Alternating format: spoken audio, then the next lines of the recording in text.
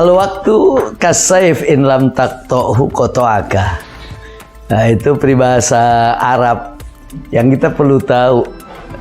Al-waktu itu adalah waktu. Kasayf seperti pedang in lam taqta'hu, kalau kamu nggak bisa ngegunainnya waktu. Seperti pedang qata'aka, dia akan menebas kepalamu sendiri, leher. Nah, menebas leher. Al-waktu kasayf in lam taqta'hu qata'aka. Waktu itu seperti pedang, kalau pedang nggak bisa kita gunakan, maka pedang itu justru akan menebas leher kita sendiri. Kita punya waktu yang banyak, tapi tidak semua orang bisa membuat waktu itu jadi kualitas nilainya. Kadang-kadang ada bangun pagi, pegang HP siang, pegang HP ketemu sore, malam, cuma pegang HP aja kerjanya. Jelek nggak orang pegang HP? Ya, tergantung orangnya. Kalau Mas Pu yang pegang jelas beda. Jadi kalau orang memang dia talent, dia punya talent ya. Kalau dia pegang HP justru bisa menghasilkan uang. Nah, itu dia bisa menggunakan waktunya seperti pedang, dia bisa mainkan pedang itu. Tapi kalau ini kan banyaknya yang jadi korban dari HP, dari gadget ini kan anak-anak nih. Maka kita semua harus juga bisa kasih arahan buat generasi muda ya pastinya. Buat generasi muda atau anak-anak yang belum bisa menjadikan waktu itu harus menjadi waktu yang kualitas dalam hidup. Karena detik yang sudah kita lewati itu nggak bakal balik lagi. Waktu yang sudah lewat itu tidak akan pernah kembali lagi. Kalau detik jadi menit, menit jadi jam, jam menjadi hari, hari jadi minggu. Jam yang lalu, 1 jam yang lalu nggak bisa balik lagi. Kemarin hari Jumat, kita nggak bakal lagi ketemu hari Jumat yang kemarin. Mau ketemu Jumat yang akan datang, tapi tentu segalanya pasti berbeda.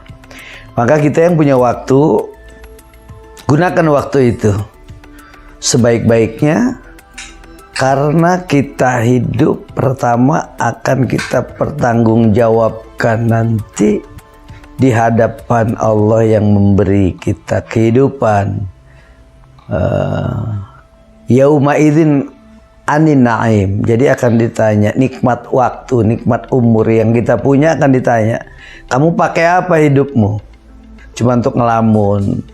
Kamu pakai apa hidupmu? Untuk kerja dan lain sebagainya, macam-macam. Nah, orang-orang yang bisa menggunakan waktunya bisa menjadi waktu yang kualitas, itu pasti akan beruntung. Akan beruntung. Bagaimana kuncinya untuk menjadikan setiap waktu yang ada pada kita ini bisa berkualitas, supaya kita tidak menyesal di kemudian hari. Udah tua ingat, waduh, kenapa waktu muda kita nggak semangat ya. Waktu remaja ingat, waktu kecil, waktu kecil dulu kurang bahagia, mainnya nggak sempurna seperti anak-anak. Nah, kita itu bisa menyesal ketika waktu itu sudah kita lewati. Nah, jangan kita menjadi orang yang merugi, ya. Jangan kita jadi orang yang merugi. Untuk itu kita jaga waktu kita yang ada. Bagaimana menjaga waktu?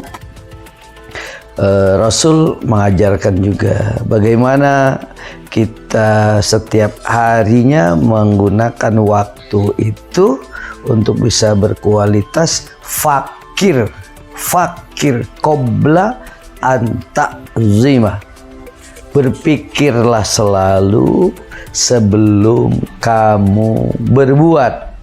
Nah, artinya kan kita ini action itu adalah urutan pekerjaan yang kedua setelah kita berpikir, karena action itu buah dari pikir.